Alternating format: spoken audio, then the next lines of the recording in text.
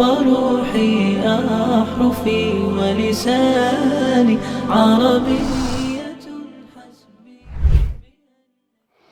الحمد لله ذي الشرف المتين، أنزل على أشرف رسله محمد الصادق الأمين أشرف كتبه كلام رب العالمين بأشرف اللقات بلسان عربي مبين.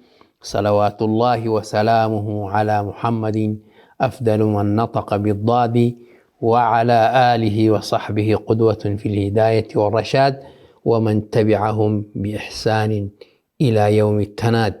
المشاهدون والمشاهدات، السلام عليكم ورحمة الله وبركاته. أهلا ومرحبا بكم في برنامجكم في شرف العربية الذي يأتيكم من قناة السلام الفضائية. وما زلنا في عنوان واقع اللغة العربية في إفريقيا جنوب الصحراء، وهو الجزء الرابع. وفي هذه الحلقة نتكلم عن حضور اللغة العربية في وسائل الإعلام. تستخدم اللغة العربية في وسائل الإعلام في دول إفريقيا جنوب الصحراء بنسب متفاوتة، أي الصحافة والتلفزيون والإذاعة، كما تتباين نسبة حضورها من وسائل الإعلام الحكومية عن نظيرتها الخاصة. ورغم صعوبة تتبع هذا الحضور بشكل تفصيلي لكل دولة من الدول، إلا أننا سنحاول رصد بعض الأمثلة فقط كمؤشر لحضور العربية في وسائل الإعلام في إفريقيا جنوب الصحراء. ففي دول شرق أفريقيا نجد أن اللغة العربية تحظى بحضور ملحوظ على الساحة الإعلامية بشكل عام. ففي دولة جيبوتي، وبعد السياسات الداعمة التي نالتها اللغة العربية بالعقد الأخير، ازدادت المساحة الإعلامية للغة العربية، وتم التوسع في البث باللغة العربية. فالتلفزيون الرسمي يبث ساعة للأخبار باللغة العربية يوميا، هذه في دولة جيبوتي. كما يفرض للبرامج الثقافية ساعات متعددة باللغة العربية ليومين في الأسبوع، وللبرامج الدينية ساعات متعددة بالعربية ل3 أيام أسبوعيا. أما الإذاعة فتبث 3 ساعات بالعربية في اليوم للبرامج المختلفة. لأنه في تضييق في هذه الدولة، دولة جيبوتي، لأنها هي ما زالت مستعمرة فرنسية وتسيطر عليها السياسة الفرنسية. لذلك في من الصعوبة بمكان أن يكون هناك حرية لنشر اللغة العربية. كما قلنا إنها تنتمي كدولة تنتمي للدول العربية، لجامعة الدول العربية. بالإضافة إلى إصدار جريدة تسمى جريدة القرن الإفريقي الحكومية الناطقة بالعربية، وهي تصدر 2 مرات أسبوعيا. وفي إثيوبيا تخصص الإذاعة الإثيوبية ساعة يوميا من إرسالها تقدم باللغة العربية، وتتناول هذه الفترة الإخبارية المحلية والعالمية، كما تتضمن بعض البرامج والأغاني العربية. كما تصدر عدة صحف إثيوبية باللغة العربية، ومن هذه الصحف صحيفة العلم القديمة، وهي صحيفة حكومية تصدر عن وزارة الإعلام الإثيوبية، ويزيد عمرها عن نصف قرن، ولم تتوقف عن الصدور منذ نشأتها في عام 1942 وحتى الآن. وهناك أيضا بعض الصحف والمجلات العربية والإسلامية المستقلة التي تصدر في إثيوبيا، مثل مجلة بلال، وهي مجلة إسلامية شهرية تعكس وجهة النظر الإسلامية والمجتمع المسلم في إثيوبيا. وكذلك تصدر مجلة الرسالة، وهي مجلة إسلامية تصدرها جمعية إسلامية باللغة العربية واللغة الأمهرية. وأما التلفزيون فلا يقدم أي برامج دينية إسلامية أو عربية. هذا في إثيوبيا. وإثيوبيا تعتبر قريبة من الدول العربية في القرن الأفريقي، ولكن هنالك محاربة ومضايقة شديدة للغة العربية، بينما نجد علماء إثيوبيين فطاحلة منتشرين في جميع أنحاء العالم. وأما في دولة إريتريا فوضع اللغة العربية في الإعلام يكاد ينعدم، باستثناء صحيفة حكومية وحيدة هي إريتريا الحديثة، وتلفزيون حكومي فقط، بالإضافة إلى وجود رمزي ومحدود للغة العربية في الإذاعة في أريتريا. والأمر اللافت للنظر هو غياب حضور العربية إعلاميا في دولة الصومال، والتي تعد إحدى دول المنضمة لجامعة الدول العربية، فالإعلام بكافة أجهزته يبث بالصومالية، وهناك فقط ساعات 3 تبث بالعربية عبر هيئة الإذاعة البريطانية BBC. وحتى إذاعة القرآن الكريم التي تبث القرآن الكريم بالعربية، ولكن تدخل الصومالية كواسطة في التقديم، كما لا توجد صحف بالعربية إلا قليل. وفي دول غرب أفريقيا نجد كذلك حضورا للغة العربية في وسائل الإعلام المختلفة، ففي دولة مالي تستخدم العربية في الإذاعة والتلفزيون والصحافة، فتستخدم في بث الأخبار في الإذاعة الوطنية مرة في الأسبوع كغيرها من اللغات الأجنبية، إضافة إلى برامج تعليم اللغة العربية عبر الإذاعة. وتستخدم أيضا في الإذاعات الحرة للغرض نفسه. كذلك ظهرت بعض الصحف العربية كصحيفة المستقبل والصداقة والنجم إلى آخر. كذلك تستخدم للتوعية أحيانا عبر إصدار بعض المنشورات. وأما في دولة نيجيريا تبث إذاعة صوت نيجيريا بالعربية، وفي سيراليون يوجد حضور محدود للعربية يتمثل في منشورة شهرية تصدر في فريتاون بهدف تنمية عادة القراءة بين التلاميذ والمعنيين باللغة العربية، وذلك في إطار دعم مشروع تعليم العربي. وفي دولة جنوب أفريقيا يقل حضور العربية بشكل كبير في وسائل إعلام مختلفة.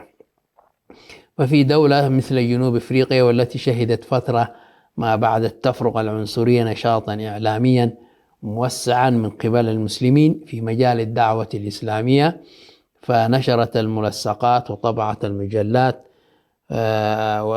وأصدرت الصحف، وافتتحت بعض المحطات الإذاعية والقنوات التلفزيونية، ودشنت المواقع الإلكترونية. ورغم هذا كله فلم يستخدم في هذا المجال اللغة العربية، بل تم استخدام اللغة الإنجليزية في غالبية الأحيان، وهو ما يدل على تراجع وضعف حضور اللغة العربية إعلاميا في ذلك الإقليم، وبشكل عام في أفريقيا جنوب الصحراء. استخدام اللغة العربية كلغة رسمية. يقصد باللغة الرسمية اللغة المستخدمة في إدارة وتسيير الأعمال الحكومية، والتي تتم بها المكاتبات والمراسلات وكافة أعمال الدولة، وغالبا ما ينص دستور الدولة ويحدد لغتها أو لغاتها الرسمية، وفي أحيان قليلة أخرى يمسك عن ذكرها. واللافت للنظر في هذا الشأن أن غالبية الدول الإفريقية وخاصة الدول الإفريقية جنوب الصحراء تبنت اللغات الأوروبية كلغات رسمية لوجود المستعمر الأوروبي، سواء كان الفرنسي أو الإنجليزي أو البريطاني أو الإيطالي. نجد أن هناك 43 دولة، من بينها 53 دولة أفريقية تستخدم اللغات الأوروبية كلغات رسمية، يعني لغة الدولة الرسمية إما أن تكون إنجليزية أو فرنسية أو إيطالية، حيث اختارت 22 دولة أفريقية اللغة الفرنسية لغة رسمية لها، بينما توجد 19 دولة إفريقية تستخدم اللغة الإنجليزية لغة رسمية لها، في حين اعتمدت 5 دول إفريقية اللغة البرتغالية لغة رسمية لها. أما اللغة الأسبانية فقد أقرتها دولة واحدة لغة رسمية لها، وهناك بعض الدول التي اختارت لغة إفريقية كلغة رسمية أولى أو ثانية إلى جانب إحدى اللغات العالمية. أما في الدول التي اختارت اللغة العربية كلغة رسمية لها في إفريقيا فنجد أنها لم تقتصر فقط على دول شمال إفريقيا الناطقة بالعربية، المغرب وتونس والجزائر وليبيا ومصر والسودان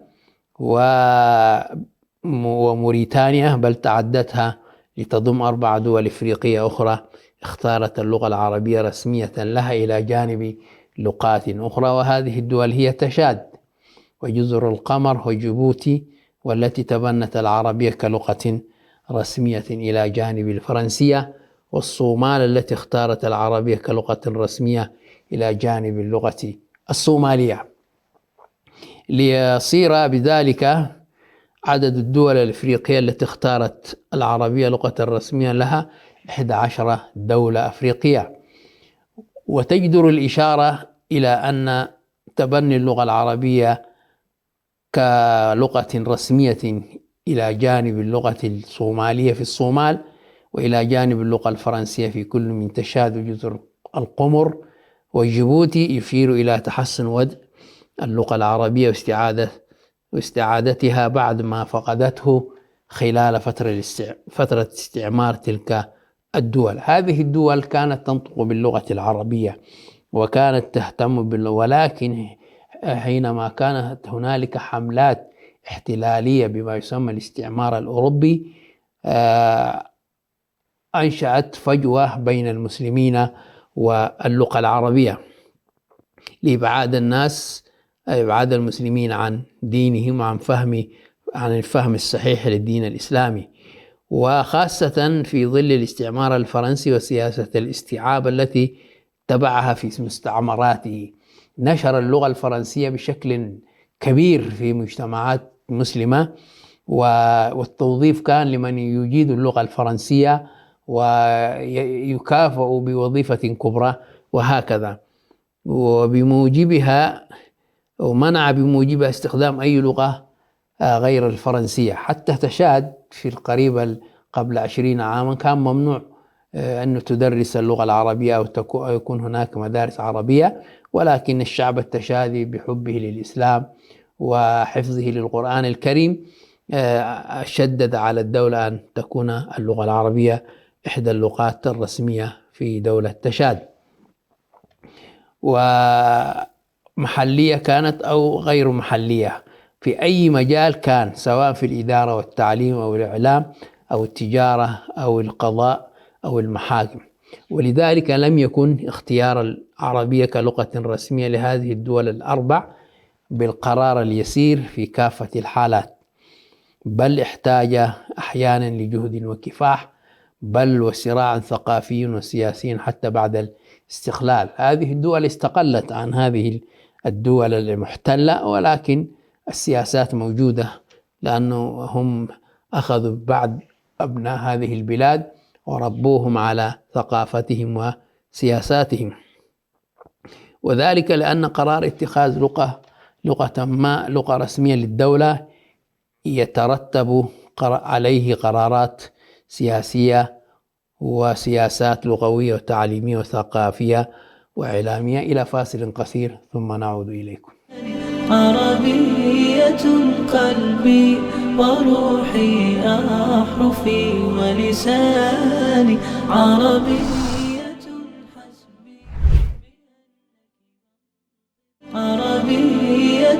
قلبي وروحي أحرفي ولساني، عربية حسبي.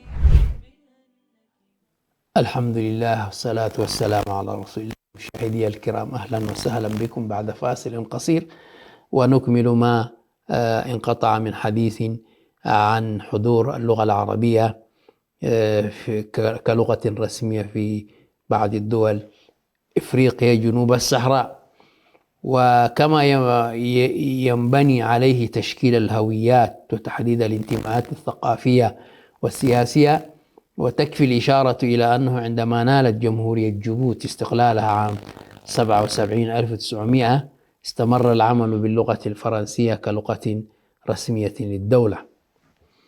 هي استقلت عن فرنسا 1977، وهذه هي كانت دولة تابعة للصومال، لذلك هنالك الصومال الفرنسي والصومال الإنجليزي والصومال الإيطالي.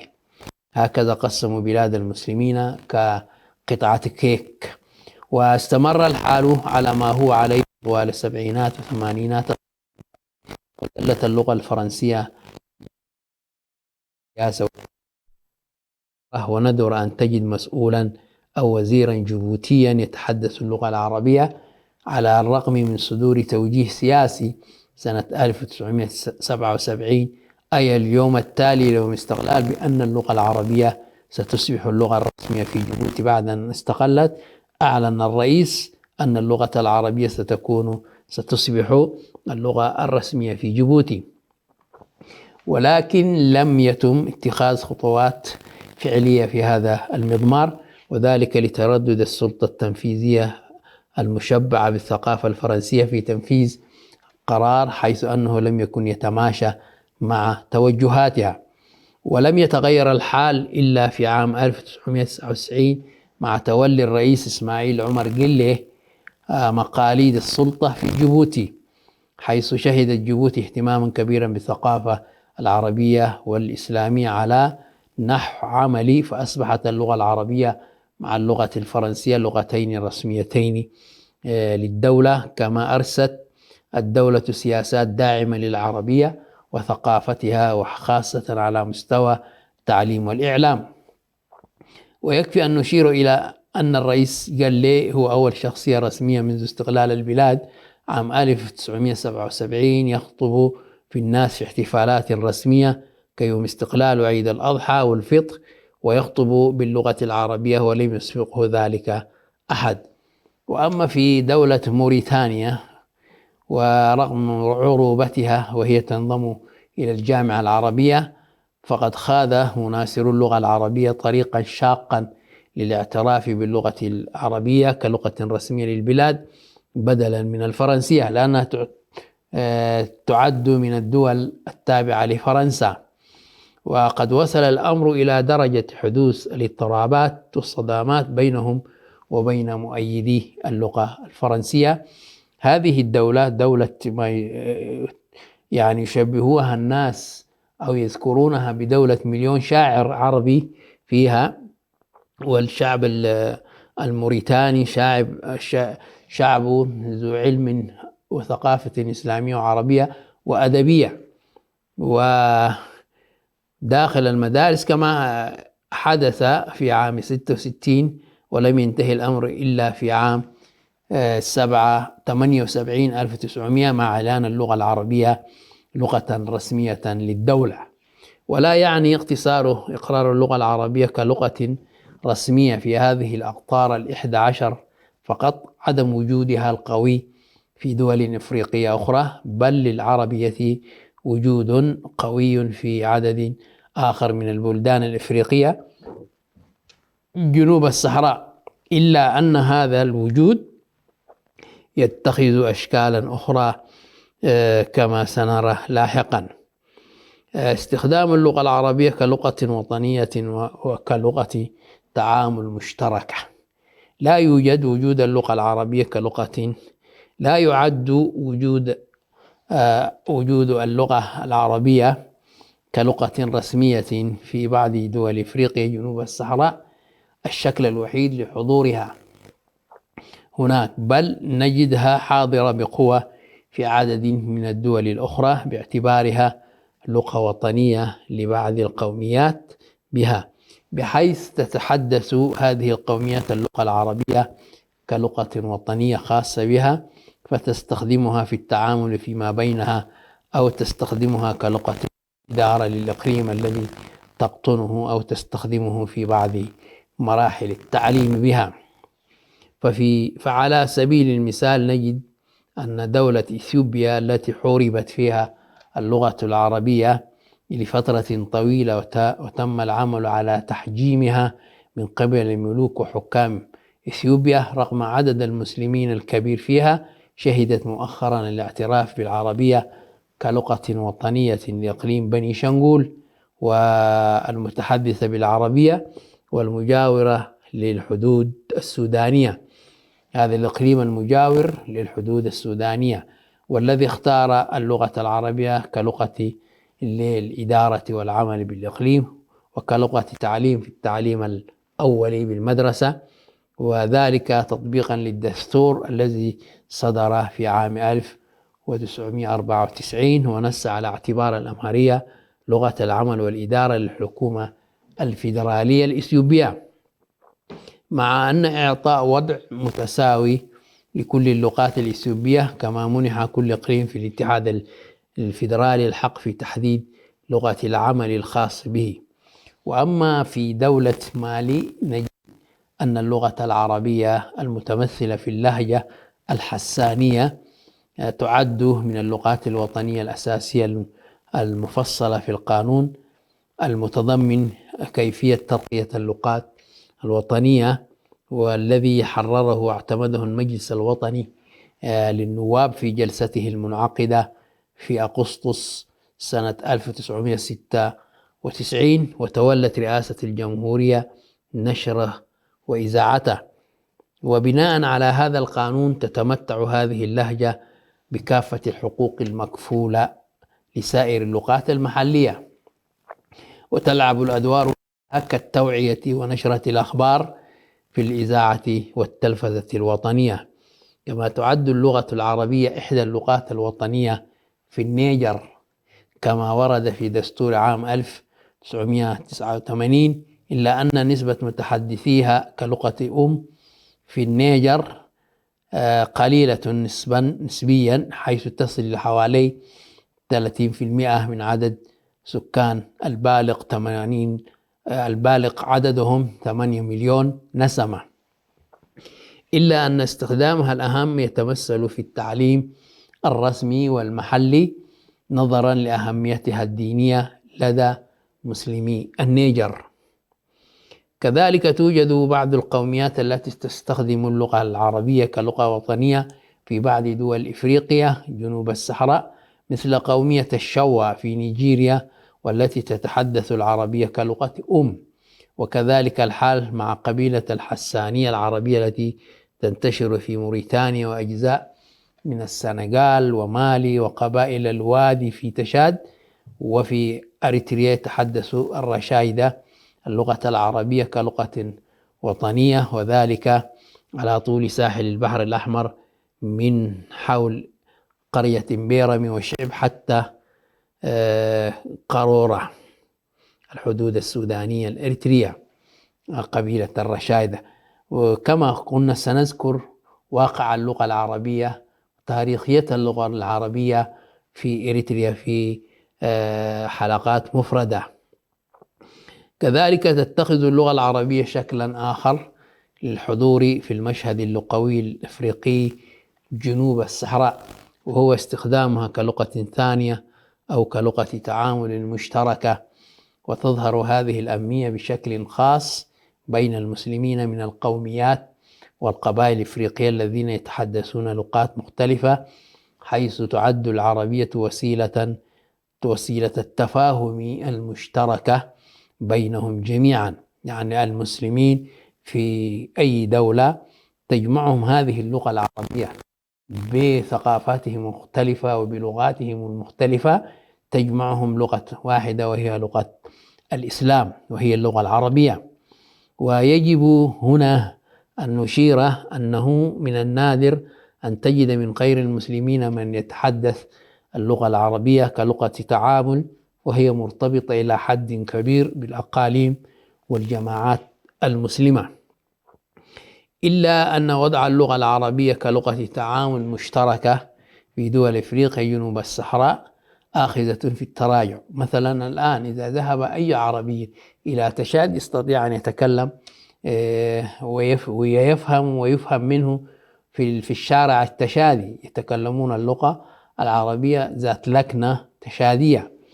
وكذلك إذا ذهب جنوب السودان في يسمى اللغة العربية جوبا، يسمونها هكذا، هي لغة عربية ولكنها بلهجات بلكنات لهجات محلية، إلا أن وضع اللغة العربية كلغة مشتركة في دول إفريقيا آخذة في التراجع أمام انتشار وسيطرة اللغات الإفريقية.